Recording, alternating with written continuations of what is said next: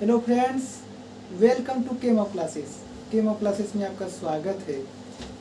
दोस्तों, हम लोग जीओसी में बेसिसिटी पढ़ रहे थे, उसी टॉपिक को हम लोग आज आगे बढ़ाएंगे।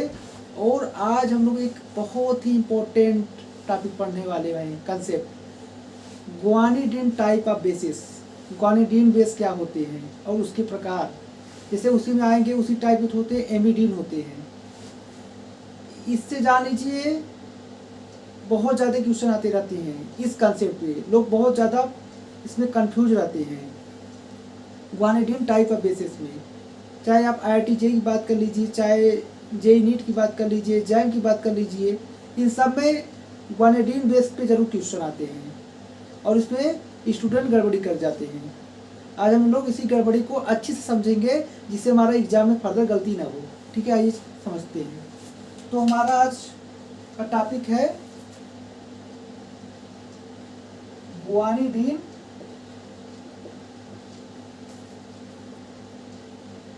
बेस। ग्वानिडीन बेस कैसे आप पहचानोगे? अगर इस प्रकार से आपके सामने आ जाए सिस्टम, ऐसा हो और कुछ ऐसा हो, आप इसको अगर ऐसा आपके सामने कहीं फ्रेम दिख जाए, जान लेना है क्या है, ग्वानिडीन बेस है। और ये जान लीजिए बहुत ही ज़्यादा स्ट्रांग बेस है, बहुत ही ज़्यादा। आप कह सकते हो इसकी बेसिसिटी लगभग किसके जैसा होता है, सेम एज अप्रॉक्सीमेट मान लो NaOH, मतलब जो सोडियम हाइड्रोक्साइड होता है उसकी बेसिसिटी जितनी होती है करीब करीब इसकी भी उतनी ही होती है। ठीक है, देखिए ये जो नाइट्रोजन का लोन पेयर है, ये भी यहाँ पे डीलोकलाइज है, ये भी क्या है, डीलोकलाइज है। मतलब जो यहाँ पे नाइट्रोजन है हमारा, यहाँ पे इस वाले इसका +M मिल रहा है और यहाँ से +M मिल रहा है।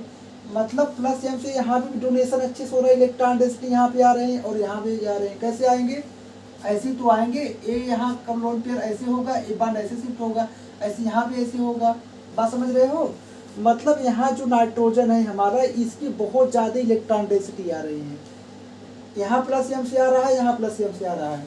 तो आप ये कह सकते हो यहाँ पे इलेक्ट्रॉन डेंसिटी क्या हो रहा है, इंक्रीज हो रहा है। तो अगर आपसे पूछा जाए कि इसमें अगर प्रोटोनेशन कराना हो, मान लीजिए इसको मैंने Y बोला, इसको Z बोला और इसको X बोला, तो अगर कहीं भी बोला जाए कि प्रोटोनेशन कराइए तो आप बिना सोचे समझे रिसीव करा दीजिए। क्यों? क्योंकि यही वाला सबसे ज़्यादा बेसिक है nitrogen, as compare to this and this. ठीक है, क्योंकि ये वाला जो नाइट्रोजन है इसमें इलेक्ट्रॉन डेंसिटी काफ़ी ज़्यादा है, लेकिन ये जो नाइट्रोजन है, ये नाइट्रोजन यहाँ पे इलेक्ट्रॉन डेंसिटी उतनी ज़्यादा नहीं, क्योंकि इसकी इलेक्ट्रॉन डेंसिटी यहाँ पे जा रही है। देख रहे हैं, ये इस इलेक्ट्रॉन शिफ्ट हो रहा है, कहाँ पे, यहाँ पे जा रहा है। देखिए ये जो नाइट्रोजन का लोन पेयर, ये नाइट्रोजन लोन पेयर क्या है, एक तरह से कंजुगेशन में जा रहा है, रेजोनेंस में पार्टिसिपेशन कर रहा है। सारा अपना इलेक्ट्रॉन डेंसिटी किसको दे रहा है, यहाँ पे। तो यहाँ पे भाई इलेक्ट्रॉन डेंसिटी बहुत ज़्यादा हो जा रही है। अगर इलेक्ट्रॉन डेंसिटी बहुत ज़्यादा, और H+ का मतलब एज इलेक्ट्रोफाइल जानते हो काम करता है। H+ का मतलब क्या है, इलेक्ट्रॉन की कमी है यहाँ पे। H+ मतलब क्या, एज इलेक्ट्रोफाइल। इलेक्ट्रोफाइल मतलब इलेक्ट्रॉन का भूखा। इलेक्ट्रॉन डेंसिटी बहुत कम है, इसको इलेक्ट्रॉन डेंसिटी चाहिए। कौन देगा? जिसके पास बहुत ज़्यादा इलेक्ट्रॉन डेंसिटी होगा। अगर किसी को पैसा चाहिए, वो गरीब के पास जाएगा तो गरीब नहीं दे पाएगा ना, अमीर के पास जाएगा तुरंत मिल जाएगा। जिसके पास ज़्यादा धन होगा वही देगा ना। ठीक उसी प्रकार से यहाँ भी इसके पास बहुत ज़्यादा इलेक्ट्रॉन डेंसिटी, तुरंत दे देगा। तो कभी भी अटैक इसका होता है। तो मतलब अगर ऐसा पूछा जाए, तो अगर यहाँ X Y Z करके बोला जाए कि किस पे प्रोटोनेशन होगा, आप बताना इस पे। समझ में आया? इसका रीजन भी है, ये जानते हो क्यों सबसे ज्यादा बेसिक होता है? इसमें 3 इक्विवेलेंट रेजोनेटिंग स्ट्रक्चर आते हैं। कितने? 3 इक्विवेलेंट रेजोनेटिंग स्ट्रक्चर। देखिए कैसे, यहाँ क्या होगा, प्रोटोनेशन हो जाएगा, क्या बनेगा, देखिए ध्यान से, ऐसे बना हमारा। इसने अपने लोन पेयर क्या दिया, लोन पेयर इसको डोनेशन कर दिया, H+ इसका प्रोटोनेशन कर दिया, यहाँ पे प्लस आ गया। ठीक है, कुछ ऐसा बना। अब देखिए अब क्या होगा, ये अपना लोन पेयर ऐसे डोनेट करेगा, ए बांड ऐसे शिफ्ट होगा, तो क्या बन जाएगा, यहाँ प्लस चार्ज है, जानते हो आप नाइट्रोजन पे पॉजिटिव चार्ज आ जाता है, वो बहुत ज़्यादा पागल हो जाता है। कभी भी इलेक्ट्रोनेगेटिव पॉजिटिव चार्ज स्टेबल नहीं होता, वो पागल हो जाता है। तो ये क्या होगा, ये डबल बॉन्ड ऐसे ब्रेक होगा, यहाँ से अपना ये इलेक्ट्रॉन डेंसिटी डाला, क्या हो जाएगा, NH2 हो जाएगा। यहाँ पे ऐसे, यहाँ पे डबल बॉन्ड आ जाएगा, NH2 प्लस, यहाँ पे NH2। अब यहाँ पे नाइट्रोजन पे डबल बॉन्ड आ गया, डबल बॉन्ड आया तो ठीक है, लेकिन यहाँ पे नाइट्रोजन क्या जाएगा, प्लस चार्ज। अब यहाँ पे स्टेबिलिटी नहीं होगी, इलेक्ट्रोनेगेटिव एटम पे नेगेटिव चार्ज होगा तो स्टेबल होगा, पॉजिटिव स्टेबल नहीं होता। तो अगर यहाँ डबल बॉन्ड आए और नाइट्रोजन प्लस है, तो यहाँ पे अपना नाइट्रोजन प्लस लोन पेयर देकर बॉन्ड को शिफ्ट कर सकता है ऐसे। तो यहाँ कुछ ऐसे आपको सामने नज़ारा आ जाएगा, कुछ ऐसा देखने को मिलेगा सिचुएशन। तो आप एक बात देखिए, अगर मैं यहाँ से बात करूं, ये तीनों में कोई आपको डिफरेंस दिख रहा है? आप कहोगे सर नहीं दिख रहा है। मतलब ये तीनों के तीनों क्या है, रेजोनेटिंग स्ट्रक्चर तो है, बात तो सही, क्योंकि मैंने ये सिंबल ही बनाया यार, रेजोनेंस तो है ही। ये रेजोनेटिंग स्ट्रक्चर क्यों बोलो, क्योंकि रेजोनेंस कर रहा है। देखिए यहाँ से नाइट्रोजन का लोन पेयर क्या है, डबल बॉन्ड, फिर एडजेसेंट में क्या है, लोन पेयर, प्लस जब लगा रहा है, यहाँ से रेजोनेंस हुआ, फिर यहाँ से हुआ, फिर यहाँ से हुआ। समझ पा रहे हैं, मतलब तो रेजोनेंस, ये सब आपने स्ट्रक्चर कैसे लिखा है, रेजोनेंस हो रहा, तभी तो मैंने रेजोनेटिंग स्ट्रक्चर बनाया है। लेकिन बात सिर्फ रेजोनेटिंग स्ट्रक्चर की नहीं हो रही है। ये देखिए, अगर मैं इसकी बात करूं, यहाँ क्या है, डबल बॉन्ड है, नाइट्रोजन पे क्या है, 2H एक प्लस लगा है, बाकी 2 NH2 ऐसे सिंगल बैठे हैं। देखिए ध्यान से, दो क्या है, एक NH2 बाकी एक डबल बॉन्ड NH प्लस। इसमें देखिए 2 NH2 खाली बैठे, फिर डबल बॉन्ड NH2 प्लस, ये दोनों सेम नहीं लग रहे हैं। अगर इसको भी देखो, NH2 खाली है, NH2 खाली है, बाकी एक NH2 क्या है, डबली बॉन्डेड है, doubly bonded NH2 plus, doubly bonded NH2 plus, बाकी 2 NH2 खाली है। ये मतलब तीनों क्या है, रेजोनेटिंग स्ट्रक्चर तो है, लेकिन कौन सी वाले, इक्विवेलेंट। ये क्या है, 3 इक्विवेलेंट रेजोनेटिंग स्ट्रक्चर। इसका मतलब समझे, जान लीजिए, जैसे मैं क्या बताऊं, अगर ये बेस है और ये H प्लस लिया, क्या बेस का काम क्या है, बेस दुनिया में क्यों आया है, प्रोटॉन को खाने आया, प्रोटॉन एक्सेप्ट करने आया है। क्या बनेगा, देखिए मैं बताया था, जब एसिड होता है वो H प्लस त्यागता है, लेकिन बेस क्या करता है, H प्लस लेता है। एसिड H प्लस देने के बाद कंजुगेट बेस बनाएगा, लेकिन बेस H प्लस लेने के बाद कंजुगेट एसिड बनाएगा। तो यहाँ क्या बनेगा, कंजुगेट एसिड।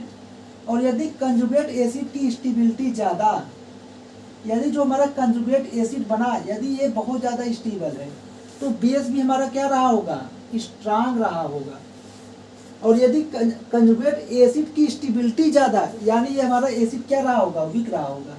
यार जाहिर सी बात है, यदि बेस स्ट्रांग है तो उसका कंजुगेट एसिड वीक होगा, यदि एसिड स्ट्रांग है उसका कंजुगेट बेस वीक होगा, ये तो आप जानते ही हो। तो कहने का मतलब ये है, ये वाला ग्वानिडीन बेस स्ट्रांग क्यों होता है, क्योंकि ये प्रोटोनेशन करने के बाद जो इसका कंजुगेट एसिड बना, ये सब क्या है, एक तरह से कंजुगेट एसिड है, क्योंकि H प्लस एक्सेप्ट कर रहे हैं। बेस क्या काम करता है, H प्लस एक्सेप्टर है, प्रोटॉन एक्सेप्टर। तो अगर बेस है तो प्रोटॉन एक्सेप्ट करने के बाद क्या बना, कंजुगेट एसिड। ये सब क्या है, कंजुगेट एसिड है।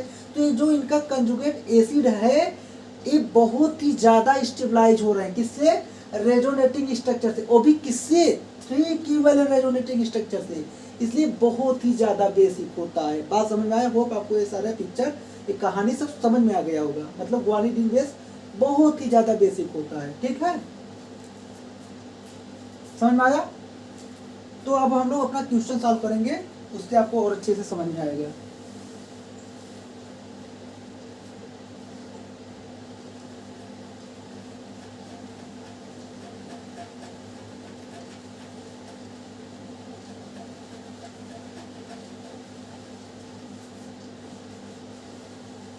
ये जान लीजिए, ग्वानिडीन बेस बहुत इंपॉर्टेंट कंसेप्ट है।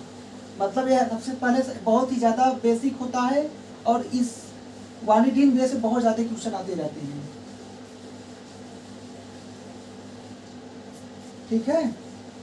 तो इसको आप ध्यान से पढ़िए,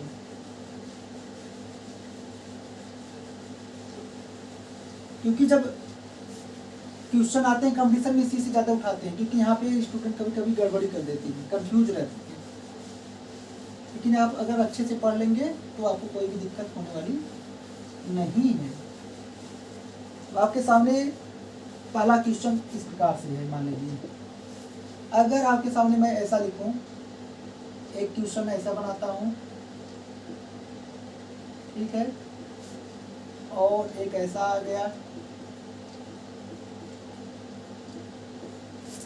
और एक ऐसा आ गया, और एक आपके सामने कुछ ऐसा आ गया, ठीक है। इसको मैंने P बोल दिया, इस वाले को Q बोला, इस वाले को R बोला, इस वाले को S। ये क्या है? PQRS है, ठीक है। अब आपको बताना ही बेसिक करेक्टर, बेसिसिटी आर्डर कौन सबसे ज्यादा बेसिक होगा, P वाला होगा, Q वाला होगा, R वाला होगा कि S वाला होगा, ठीक है। तो देखिए अगर मैं इस नाइट्रोजन की बात करूं तो आपको पता है क्या है, sp2 है। ये जो लोन पेयर है क्या है, डीलोकलाइज्ड है। क्या है? डीलोकलाइज है। ये क्या है, रेजोनेंस में जा रहा है। ये इस एरोमेटिसिटी का क्या है, पार्ट है। लोन पेयर क्या है, पार्ट्स ऑफ एरोमेटिसिटी, मतलब ये एरोमेटिसिटी क्या है, पार्ट है, ठीक है। पहली बात, यहाँ पे क्या है, नाइट्रोजन, ये भी sp2 है, लेकिन ये क्या है, लोकलाइज है। ये अवेलेबल है, लोकलाइज मतलब अवेलेबल है। अगर किसी बेचारे को इलेक्ट्रॉन डेंसिटी की जरूरत है तुरंत डोनेशन कर देगा, अवेलेबल है। यहाँ पे क्या है, अवेलेबल तो है, लेकिन इस नाइट्रोजन का इस पे क्या लगेगा, माइनस आई इफेक्ट लगेगा। तो अगर मैं इसकी और इसकी कंपेयर करूं तो कहीं ना कहीं आर की बेसिसिटी एस से ज़्यादा हो जाएगी, क्योंकि इस पे लोन पेयर तो है, इसके पास लोकलाइज्ड भी है। देखिए एक नाइट्रोजन लोन पेयर लोकलाइज्ड है, sp2 यहाँ पे भी sp2 है, यहाँ पे भी लोकलाइज्ड है। लेकिन जो आर की बेसिसिटी एस से ज़्यादा क्यों हो जा रही है, आर एस से बेसिक क्यों है, क्योंकि इस पे ऐसा कोई भी माइनस आई इफेक्ट नहीं लग रहा है, लेकिन इसमें एक्स्ट्रा माइनस आई इफेक्ट लग रहा है। माइनस आई इफेक्ट से क्या होगा, जो नाइट्रोजन का डोनेशन होगा कम हो जाएगा, इलेक्ट्रॉन डेंसिटी अपनी तरफ खींचेगा। तो इतना कंफर्म हुआ है कि आर की बेसिसिटी एस से पक्का ज़्यादा है, ठीक है। अब इसमें देखिए यहाँ पे भी नाइट्रोजन क्या है, sp2 है, और यहाँ पे भी डीलोकलाइज्ड है। एक चीज आपके सामने आ रहा होगा कि सर P और Q में जो नाइट्रोजन का लोन पेयर है दोनों डीलोकलाइज है। P वाले में नाइट्रोजन लोन पेयर डीलोकलाइज है, Q वाले में, लेकिन R और S में ऐसा नहीं है।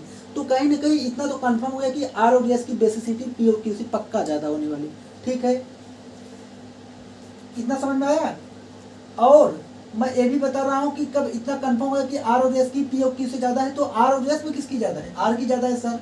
और जाहिर सी बात है, क्योंकि इसमें और कोई एटम स्टार नहीं है, ग्रुप नहीं लगा है जो माइनस आई लगा रहा हो, इसमें लगा रहा है, तो R की ज्यादा, फिर S की ज्यादा होगी। अब S की P और Q से ज्यादा क्यों है, क्योंकि इसका नाइट्रोजन लोन पेयर लोकलाइज्ड है, इन दोनों में लोकलाइज्ड नहीं, डीलोकलाइज्ड है, तो S का ज्यादा हो गया। अब अगर मैं P और Q की बात करूं, देखिएगा ध्यान से देखिएगा। इसके बाद देखिए यहाँ क्या है, आप देख रहे हैं एक ऐसा यूनिट आपके सामने नजर आ रहा है,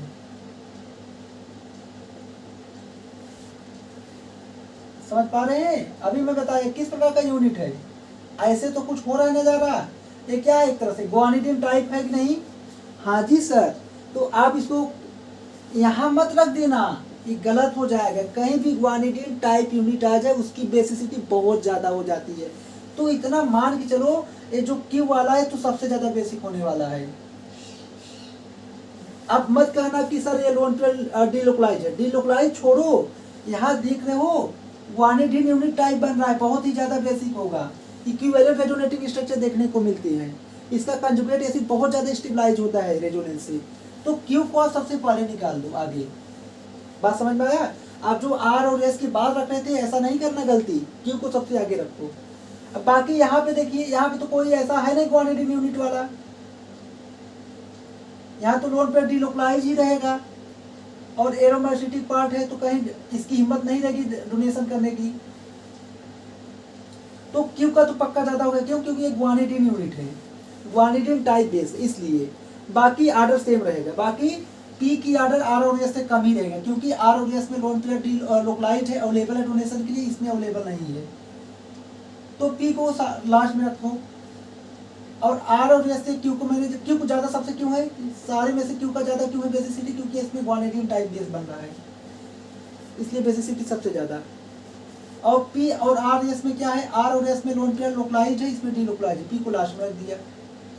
अब आर और एस में आर का क्यों ज़्यादा है, क्योंकि यहाँ पे माइनस आई नहीं लग रहा है, इसमें माइनस आई लग रहा है, माइनस आई की वजह से यहाँ पे जो इलेक्ट्रॉन डेंसिटी नाइट्रोजन का उसमें इफेक्ट पड़ेगा, कहीं ना कहीं डोनेशन कम हो जाएगा। तो आर का एरियास का होप आपको एक कंसेप्ट अच्छे से समझ में आ गया होगा और इस क्वेश्चन का जो आंसर है वो भी समझ में आ गया होगा। अगले एग्जाम्पल की मैं बात करूं, अगर आपके सामने कुछ इस प्रकार से आ जाए, मान लीजिए, ठीक है, एक ये आ जाए और एक ऐसा आ जाए,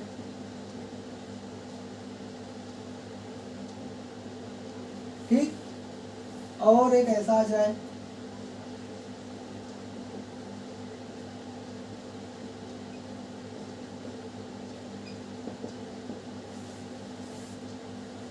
और एक ऐसा आ जाए।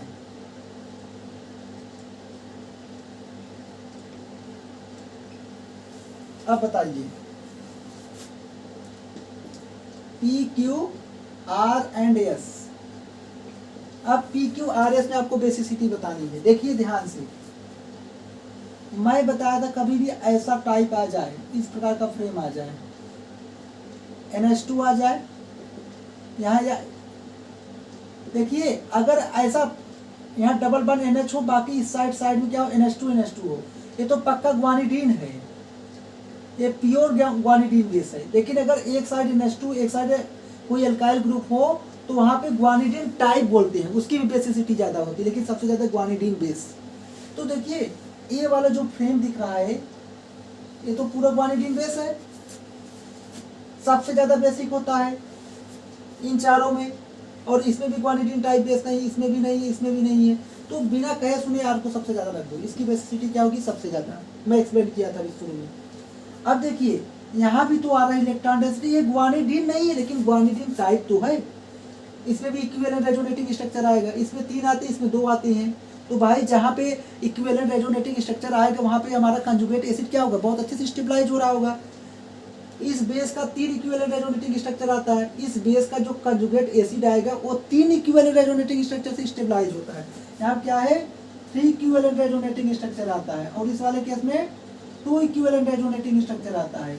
तो यहाँ पे सबसे ज़्यादा इस बेस का कंजुगेट एसिड सबसे ज़्यादा यहाँ पे स्टेबलाइज, फिर इसके बाद यहाँ पे, तो आर का सबसे ज़्यादा, उसके बाद किसका होगा, क्यू का ज़्यादा होगा। अब पी और एस में बताना है, यहाँ पे नाइट्रोजन क्या है, sp2 है, इसका प्लस एच लगेगा, इसका प्लस एच लगेगा, हाइपर कंजुगेशन, बात सही है आपका, लगेगा, मानता हूँ, sp2 है। लेकिन यहाँ पे देख रहे हैं sp3 है, जाहिर सी बात है sp3 में परसेंटेज एस कैरेक्टर कम होगा, इलेक्ट्रोनेगेटिविटी कम होगा, बेसिसिटी ज़्यादा होगा। यहाँ पे sp3 यहाँ पे sp2, तो एस की ज़्यादा होगी, फिर पी की होगी, तो बेसिसिटी का अर्थ क्या रहेगा, कुछ इस प्रकार से रहेगा। होप आपको इस समझ में आ गया होगा अच्छे से। अगर मैं अगले एग्जाम्पल की तरफ बढ़ूँ आपके सामने, मान लीजिए कुछ ऐसा आ जाए आपके सामने,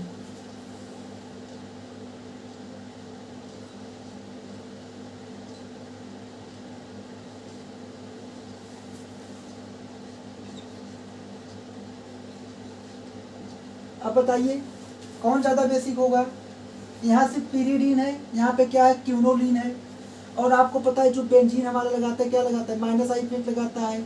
जब इस पिरीडीन पे नाइट्रोजन के लोन पेयर पे, ये देखिए ये माइनस, ये जो बेंजीन हमारा माइनस आई इफेक्ट लगाएगा, मतलब कहीं ना कहीं इलेक्ट्रॉन डेंसिटी क्या होगा, इसकी तरफ शिफ्ट होंगे। और यहाँ पे ऐसा कुछ नहीं है, पूरा डोनेशन कर देगा, कोई भी आएगा उसको तुरंत दे देगा। लेकिन ये उतना फ्री नहीं है, इसके कंपेयर में कम फ्री है, क्योंकि इसका इलेक्ट्रॉन डेंसिटी कहीं ना कहीं ये बेंजीन रिंग वाला क्या कर रहा है, माइनस आई से क्या कर रहा है, इलेक्ट्रॉन डेंसिटी खींच रहा है। तो बेसिक ये होगा, वो आपको समझ में आ गया होगा। देखिए इसमें क्या है, नाइट्रोजन लोन पेयर sp2 है, यहाँ पे भी sp2 है, लेकिन इसकी बेसिसिटी ज़्यादा क्यों है, क्योंकि इसका लोन पेयर हमेशा अवेलेबल रहेगा, इस पर कोई भी माइनस आई इफेक्ट नहीं लग रहा है। लेकिन इस क्या है, इस पिरीडीन रिंग से एक एक्स्ट्रा बेंजीन रिंग जुड़ा है जो माइनस आई लगा रहा है। माइनस आई क्या कर रहा है, इलेक्ट्रॉन डेंसिटी अपनी तरफ खींच रहा है, डोनेशन को कम कर रहा है, इसलिए बेसिसिटी इसकी ज़्यादा होगी। अगर आपके सामने कुछ ऐसा आ जाए,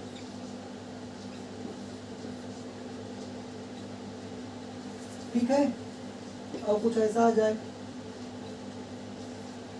अब बताइए, ये तो वैसे भी ज़्यादा है, आपको पता है पिरिडीन पायरोल से हमेशा ज़्यादा होता है, इतना कंफर्म है, क्योंकि पायरोल का जो नाइट्रोजन लोन पेयर है वो एरोमेसिटी पार्ट है, और वो एरोमेसिटी डिस्टर्ब नहीं करेगा प्रोटोनेशन के चक्कर में, अपना एरोमेसिटी नहीं गवाएगा।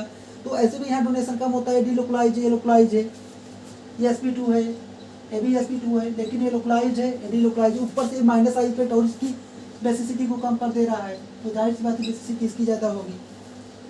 आगे बढ़ते हैं, वो आपको सब समझ में आ रहा होगा अच्छे से।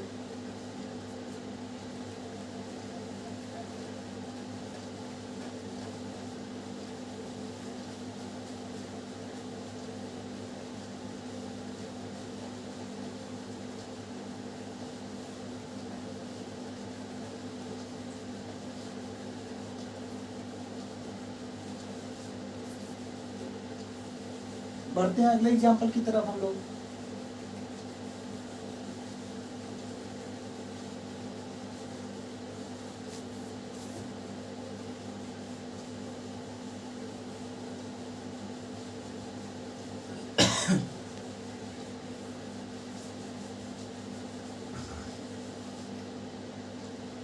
दोस्तों यदि आप चैनल पर नए हैं, अगर हमारा पहली बार वीडियो देख रहे हैं तो वीडियो जरूर लाइक करिए, दोस्तों के साथ शेयर करिए और सब्सक्राइब जरूर करें और बेल आइकन को दबाएं, जिससे क्या होगा, मैं कोई भी अपना नया वीडियो डालूंगा, कोई नया लेक्चर डालूंगा तो आपके पास सीधे नोटिफिकेशन जाएगा और आप आसानी से लेक्चर देख सकते हैं। और यदि आप हमारे प्रीवियस लेक्चर देखने चाहते हैं तो आप यूट्यूब पे जाकर सर्च करिएगा KMO क्लासेस, वहाँ पे आपको प्लेलिस्ट मिल जाएगा GOC का, आप वहाँ से पूरा हमारा लगभग 23-24 लेक्चर पुराने हैं, आप देख सकते हैं प्रीवियस लेक्चर। अगला एग्जाम्पल देखते हैं। अगर मान लीजिए आपके पास कुछ ऐसा आ जाए,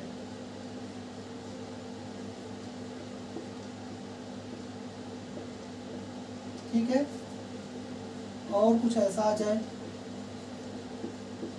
और कुछ ऐसा आ जाए,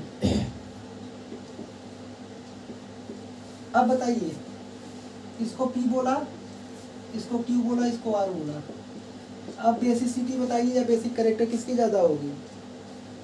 देखिए यहाँ पे जो नाइट्रोजन का लोन पेयर है ये sp2 है और लोकलाइज्ड है, ये अवेलेबल है डोनेशन के लिए। यहाँ पे जो नाइट्रोजन है इसका भी हाइब्रिडाइजेशन sp2 तो है, लेकिन डी लोकलाइज्ड है। ये क्या है, एरोमेटिसिटी का पार्ट है। ये लोन पेयर क्या है, पार्टिसिपेट कर रहा है किसमें, रेजोनेंस में, पार्टिसिपेट इन रेजोनेंस। ये क्या है, एरोमेटिक है, मतलब एक तरह से एरोमेटिक सिस्टम का पार्ट है। ये लोन पेयर की वजह से सिस्टम स्टेबल है। अगर ये लोन पेयर कहीं डोनेशन कर देगा सिस्टम नॉन एरोमेटिक हो जाएगी, इसकी स्टेबिलिटी क्या हो जाएगी, कम हो जाएगी। तो ये लोन पेयर अवेलेबल तो रहेगा ही नहीं, ये भी अवेलेबल है। और ये देखिए ये लोन पेयर क्या करेगा, ए डी लोकलाइज कर सकता है, ये भी sp2 है, डी लोकलाइज्ड है, ठीक है। लेकिन देखिएगा ध्यान से, अगर मैं इसका प्रोटोनेशन करा भी देता हूँ तो क्या बनने वाला है, कुछ हमारे सामने ऐसा कुछ सिस्टम बन जाएगा, बना दिया, ठीक है। मान लीजिए आपके सामने ऐसा सिस्टम प्रोटोनेशन करा के बनवा दिया, और यहाँ क्या बनने वाला है, यहाँ पे कुछ ऐसा बनेगा, और यहाँ पे क्या होगा, कुछ ऐसा बनेगा। ये देखिए ये क्या थे, बेस थे, ए भी बेस थे, ए भी बेस थे। मैं क्या बताया, जो एसिड होता है वो हमारा OH+ देने के बाद कंजुगेट बेस बनाता है, और जो बेस होता है वो H+ लेने के बाद कंजुगेट एसिड बनाते हैं। ये सारे क्या कर रहे हैं, ए भी क्या किया, H+ क्या किया, एक्सेप्ट किया, ए भी क्या किया, H+ एक्सेप्ट किया। मतलब ए क्या है, ए तीनों बेस थे तो उनके फलस्वरूप क्या बन रहा है, कंजुगेट एसिड। ए भी क्या है हमारा, कंजुगेट एसिड है, ये भी क्या है, कंजुगेट एसिड। मैं आपको बताया कि हमारा बेस का जो बेसिक स्ट्रेंथ है वो इस बात पे डिपेंड करता है, जब बेस H+ लेने के बाद कंजुगेट एसिड बनाता है, वो कंजुगेट एसिड कितना ज़्यादा स्टेबलाइज है।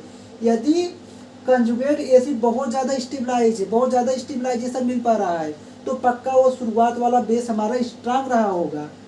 देखिए जैसे हम क्या कहते थे, हम किसी चीज़ की एसिडिटी कैसे बताते थे कि ये फलाना इतना ज़्यादा एसिडिक है, नहीं है, हम इस बात भी बताते थे H+ निकालने के बाद जो कंजुगेट एनायन बनता था यानी कंजुगेट बेस बनता था वो कितना ज़्यादा स्टेबल होता था। यदि वो कंजुगेट बेस बहुत ज़्यादा स्टेबलाइज है तो हम बोलते थे कि हमारा एसिड जो बहुत स्ट्रांग रहा होगा। उसी प्रकार से बेस की बेसिसिटी इस बात पर डिपेंड करेगी H+ लेने के बाद जो हमारा कंजुगेट एसिड बन रहा है वो कितना ज़्यादा स्टेबलाइज है। यदि हमारा कंजुगेट एसिड स्टेबलाइज है अच्छे खासा से तो पक्का वो बेस स्ट्रांग रहा होगा। देखिए ये क्या था, मान लीजिए बेस है पायरोल, एक प्रोटोनेशन किया, एक कंजुगेट एसिड बनाया। आप देख पा रहे हो कंजुगेट एसिड थोड़ा भी स्टेबल नहीं है। क्यों? क्योंकि ये सिस्टम अच्छा खासा क्या था, स्टेबल था। एरोमेटिक क्या था, स्टेबल है, लेकिन ये क्या बन जा रहा है, नॉन एरोमेटिक बन जा रहा है। स्टेबिलिटी इसकी क्या हो गई, धड़ाम हो गई, मतलब स्टेबिलिटी कम हो गई काफी। तो ये भाई ऐसा कभी करना ही नहीं चाहेगा। देखिए कोई दुनिया में सब लोग जैसे कुछ भी करना चाहते हो उसके पीछे उनका क्या है, कुछ जुड़ा हुआ है कि हम ये करेंगे हमको ये मिलेगा, मतलब सब लोग कुछ एम से काम करते हैं। जैसे ये बताइए प्रोटोनेशन क्यों करेगा, क्योंकि इसका लॉस हो रहा तो करेगा ही नहीं। जैसे ये प्रोटोनेशन करता जब इसका फायदा होता। देखिए अच्छा खासा सिस्टम स्टेबल था, प्रोटोनेशन करके सिस्टम क्या हो गया, अनस्टेबल हो गया, अनस्टेबिलिटी आ गई, नॉन एरोमेटिक कम स्टेबल होता है। तो ऐसा करना नहीं चाहेगा कोई भी भाई, अच्छा खासा स्टेबल वो अनस्टेबल होना चाहेगा, नहीं होना चाहेगा ना। तो ये तो प्रोटोनेशन जल्दी करना नहीं चाहेगा क्योंकि इसका कंजुगेट एसिड क्या स्टेबल नहीं है, नॉट स्टेबलाइज। तो मैं बताया था बेस किसी भी चीज़ का हम बेसिसिटी इस बात पे बताते हैं कि जब उसका हम कंजुगेट एसिड बनाएंगे वो कितना ज़्यादा स्टेबलाइज है। देखिए इसका मैंने क्या किया, प्रोटोनेशन कराया। पहले भी सिस्टम एरोमेटिक था, अब भी तो एरोमेटिक है, एरोमेटिक अब भी है, तो मतलब इसमें बहुत ज़्यादा फर्क नहीं पड़ा। ये भी सिस्टम पहले भी एरोमेटिक था, अब भी एरोमेटिक है, बहुत ज़्यादा फर्क नहीं पड़ा। लेकिन यहाँ फर्क पड़ गया, यहाँ पे मैंने जैसे ही प्रोटोनेशन कराया इसका कंजुगेट एसिड जो बना वो नॉन एरोमेटिक हो गया, बहुत ही ज़्यादा अनस्टेबल हो गया। मतलब कंजुगेट एसिड थोड़ा भी स्टेबल नहीं है तो ये प्रोटोनेशन करेगा नहीं, मतलब ये अपना लोन पीरियड डोनेशन करेगा ही नहीं। तो इसलिए जो आर होगा इसकी बेसिसिटी हमेशा लास्ट में होगी, सबसे कम बेसिक होगा। ठीक, इतना समझ में आया। पी और क्यू में मैं क्या देखा, ए भी डीलोकलाइज है, ये नाइट्रोजन का लोन पे क्या था, डीलोकलाइज है, लेकिन यहाँ पे लोकलाइज है, ये हमेशा अवेलेबल रहेगा। तो भाई जाहिर सी बात है जहाँ जो हमेशा अवेलेबल रहेगा वो डोनेशन अच्छा करेगा। तो क्यू की बेसिसिटी क्या होगी, पी से ज़्यादा होगी। ये रेजोनेंस में जा रहा है, लेकिन ये रेजोनेंस नहीं जा रहा है, लोन पे लोकलाइज है, ये डीलोकलाइज है, कंजुगेशन में जा रहा है। तो इसकी अवेलेबिलिटी कम हो जाएगी, इसकी अवेलेबिलिटी ज़्यादा हो जाएगी। लोन पेयर की अवेलेबिलिटी ज़्यादा मतलब डोनेशन अच्छा, तो क्यू की बेसिसिटी पी से ज़्यादा। ये रहा हमारा बेसिसिटी ऑर्डर। अगर हम अगले एग्जाम्पल की तरफ बढ़े, मान लीजिए कुछ इस प्रकार से एग्जाम्पल आ जाए आपके सामने।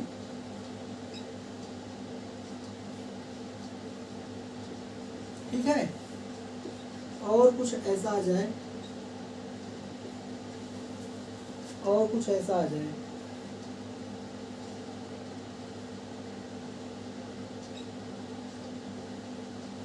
ठीक है, अब बताइए कौन ज्यादा बेसिक होगा। देखिए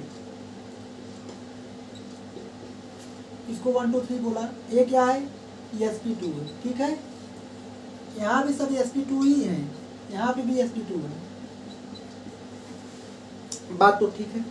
लेकिन ए लोन पेयर क्या है, आप कहोगे सर लोकलाइज्ड है, मतलब अवेलेबल रहेगा डोनेशन के लिए, मतलब अच्छा बेसिक। ठीक है, बहुत सही, मैं आपकी बात मानता हूँ। लेकिन आप ये देख पा रहे हो ये क्या है, एक प्रकार क्या बना रहा है, ग्वानिडीन यूनिट बना रहा है। यहाँ पे क्या होगा, लोन पेयर ऐसे होगा, ऐसे होगा, ऐसे होगा, मतलब यहाँ पे क्या हो रहा है, रेजोनेंस हो रहा है अच्छा खासा, प्लस एम लग रहा है। यहाँ पे भी आप कहोगे सर लग रहा है, ठीक है, मतलब यहाँ पे भी प्लस एम से क्या हो रहा है, इलेक्ट्रॉन डेंसिटी इस नाइट्रोजन पे आ रहा है, यहाँ पे भी प्लस एम से इलेक्ट्रॉन डेंसिटी यहाँ पे आ रहा है। आप कहोगे सर इससे तो कुछ फायदा हुआ नहीं, फायदा हुआ। देखिए यहाँ पे नाइट्रोजन पास में है, माइनस आई लग रहा है, यहाँ पे नाइट्रोजन दूर है, माइनस आई कम लगेगा, माइनस आई लेस लगेगा, यहाँ पे माइनस आई क्या होगा, ज़्यादा होगा।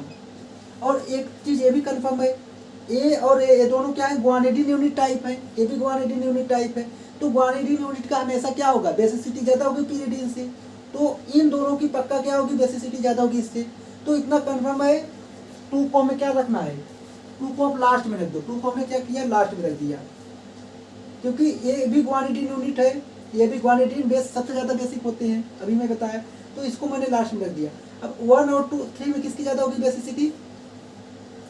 देखिए जो 1 है, मान लीजिए इससे डोनेशन करना है, लेकिन इसके पास में क्या लग रहा है, माइनस आई इफेक्ट लग रहा है, ये दोनों पास में है, तो माइनस आई इफेक्ट से कहीं ना कहीं डोनेशन थोड़ा सा कम हो जाएगा, लेकिन यहाँ पे डिस्टेंस दूर है तो डोनेशन काफ़ी अच्छा रहेगा, तो इसलिए 3 का ज़्यादा होगा, फिर 1 का होगा। एक क्या रहा, बेसिसिटी ऑर्डर। होप आपको ये समझ में आ गया होगा। आगे देखते हैं।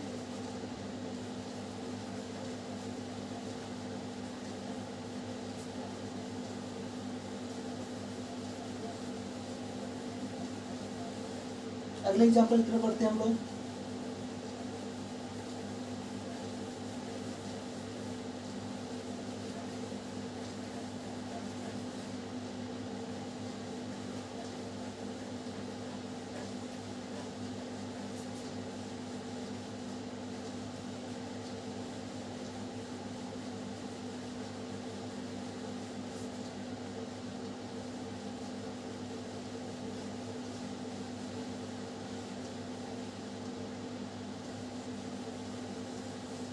अगला एग्जाम्पल देखते हैं।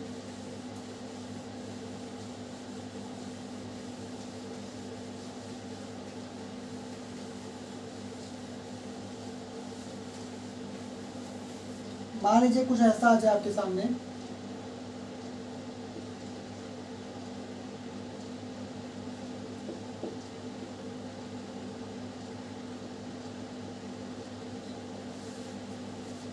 ठीक है, और कुछ ऐसा आ जाए, और कुछ ऐसा आ जाए,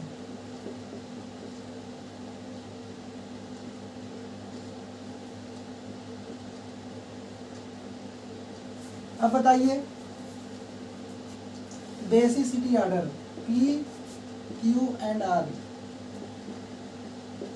कौन ज़्यादा बेसिक होगा? देखिए एक क्या है, नाइट्रोजन लोन पेयर sp2 है, और साथ ही साथ क्या है, डीलोकलाइज्ड है। क्या है? डीलोकलाइज्ड, मतलब कंजुगेशन में जा रहा है। ये क्या है, sp3 है और लोकलाइज्ड है। क्या है? लोकलाइज्ड। जाहिर सी बात है। ये क्या है, sp2 है और लोकलाइज्ड है। तो मैं बताया था sp3, sp2 और sp में सबसे ज़्यादा बेसिसिटी किसकी होती है सर? आप कहोगे sp3 की। क्यों? क्योंकि सर उसमें परसेंटेज एस करेक्टर कम होता है, और जो परसेंटेज एस करेक्टर होता है इलेक्ट्रोनेगेटिविटी के प्रोपोर्शनल होता है। परसेंटेज एस करेक्टर कम, इलेक्ट्रोनेगेटिविटी कम, मतलब इलेक्ट्रॉन डेंसिटी या लोन पेयर को होल्ड करने की टेंडेंसी कम होगी, इजली डोनेशन होगा। तो यहाँ पे sp3 है, यहाँ पे sp2, यहाँ पे sp2, तो क्यू की बेसिसिटी क्या होगी? सबसे ज़्यादा होगी। बहुत सही। और पी और आर में किसकी ज़्यादा होगी? यहाँ sp2 लोकलाइज्ड है, यहाँ पे क्या डीलोकलाइज्ड है। जाहिर सी बात है यहाँ की लोन पेयर की ऑर्बिलिटी ज़्यादा होगी, क्योंकि लोकलाइज्ड है, डोनेशन ज़्यादा होगा, बेसिसिटी ज़्यादा होगी आर। इसके बाद क्या होगा? पी होगा। ये क्या रहा? Basicity order. अगर आपके सामने कुछ ऐसा आ जाए और मान लीजिए, एक मिनट, ऐसा कुछ आ जाए,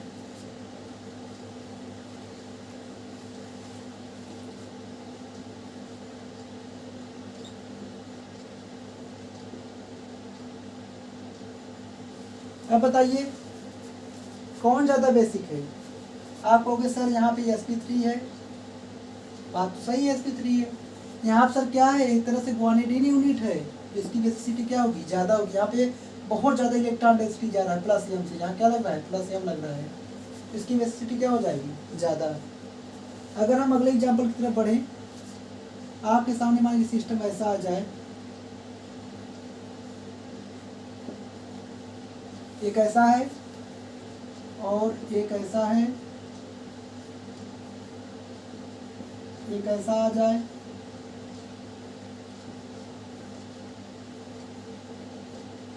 ठीक है। अब आपको बेसिसिटी ऑर्डर बतानी है। देखिए यहाँ क्या है, ये क्या है, ग्वानिडीन टाइप बेस है। ग्वानिडीन नहीं, ग्वानिडीन तो दोनों तरफ से कब डोनेशन हो प्लस एम लगे तब, NH2 हो साइड में, जैसे यहाँ से और यहाँ पे NH लगा हो। लेकिन जब एक ही साइड लगा हो तो उसको हम ग्वानिडीन नहीं बोलते, एमिडीन बोलते हैं। ये क्या है? एमिडीन टाइप में। इसमें 2 इक्विवेलेंट रेजोनेटिंग स्ट्रक्चर आते हैं कंजुगेट एसिड का, और इसमें तीन इक्विवेलेंट आएंगे। क्या है, पूरा पूरा गुआनिडीन टाइप है, और यहाँ पे क्या सिर्फ sp2 है। देखिए sp2 तीनों हैं, ये भी sp2 है, ये भी sp2, ये भी sp2, ये भी sp2। ये sp2 से हम जज नहीं कर पाएंगे, हम इलेक्ट्रॉन डेंसिटी देखेंगे। यहाँ पे क्या लग रहा है, प्लस m से इलेक्ट्रॉन डेंसिटी जा रहा है, लेकिन यहाँ पे दो इसका भी प्लस m लगेगा और साथ ही साथ इसका भी प्लस m लगेगा। दो जगह से इलेक्ट्रॉन डेंसिटी जा रहा है, यहाँ पे बहुत ज़्यादा इलेक्ट्रॉन डेंसिटी क्या है, यहाँ पे काफ़ी ज़्यादा है।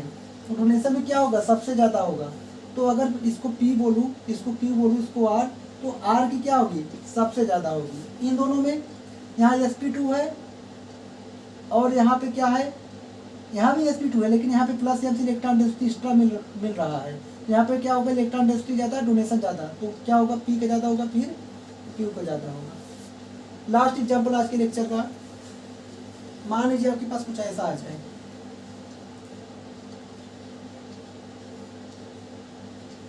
ठीक है, और कुछ ऐसा आ जाए, और एक मान लीजिए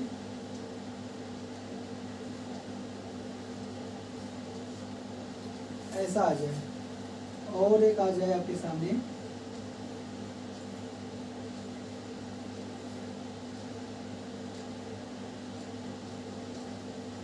ऐसा। अब बताना हो आपको basicity order, basicity order, basicity. एक क्या है, पूरा एक तरह से हमारा गुआनिडीन टाइप यूनिट है, तो इसकी बेसिसिटी क्या होने वाली है, सबसे ज़्यादा सर। तो PQRS में S की सबसे ज़्यादा। इन तीनों में बात करूं, यहाँ पे हाइब्रिडाइजेशन sp2 है, यहाँ पे sp3 है, तो जाहिर सी बात है R की तो पक्का ज़्यादा होने वाला P से। यहाँ पे क्या है, sp2 है, यहाँ पे sp2 है, इसका भी sp2 है, इसका भी sp2 है, ठीक है। लेकिन यहाँ पे क्या होगा, प्लस m से क्या मिलेगा, डोनेशन मिलेगा, प्लस m से इलेक्ट्रॉन डेंसिटी मिलेगी। तो प्लस m से मिलेगी तो यहाँ पे क्या होगा, इलेक्ट्रॉन डेंसिटी ज़्यादा आएगा, मतलब एक तरह से क्या है, गुआनिडीन टाइप यूनिट है, तो इसकी बेसिसिटी भी क्या होगी, ज़्यादा होगी। क्यों, क्योंकि इसका जब हम कंजुगेट एसिड बनाएंगे, उसमें कंजुगेट एसिड हमारा दो इक्विवेलेंट रेजोनेटिंग स्ट्रक्चर से स्टेबलाइज होता है। इसका आप H प्लस बनाओगे, जो कंजुगेट एसिड आएगा वो किससे स्टेबलाइज होगा, stabilize by 3 equivalent resonating structure. बात समझ में आया। इसका जब कंजुगेट एसिड बनाओगे वो 3 इक्विवेलेंट रेजोनेटिंग स्ट्रक्चर से स्टेबलाइज होगा, और इसका अगर आप कंजुगेट एसिड बनाओगे वो स्टेबलाइज होगा 2 इक्विवेलेंट रेजोनेटिंग स्ट्रक्चर से। इसीलिए ये लोग क्या होते हैं, ज़्यादा बेसिक होते हैं। तो यहाँ पे सबसे ज़्यादा स्टेबलाइजेशन है कंजुगेट एसिड को, मतलब सबसे ज़्यादा बेसिक। इसके बाद तो यस के बाद किसका नंबर आएगा, क्यू को। अब P और R में यहाँ sp3 है, यहाँ पे sp2 है, इसकी बेसिसिटी ज़्यादा होगी R, इसके बाद P। होप आपको आज का जितना भी मैं पढ़ाया होगा, जो भी कंसेप्ट पढ़ाया आपको अच्छे से समझ में आया होगा, और आप अच्छे से ट्यूशन कर सकते हो इस कंसेप्ट में। मिलते हैं नेक्स्ट वीडियो में एक नए अमेजिंग टॉपिक के साथ, तब तक के लिए धन्यवाद आपका।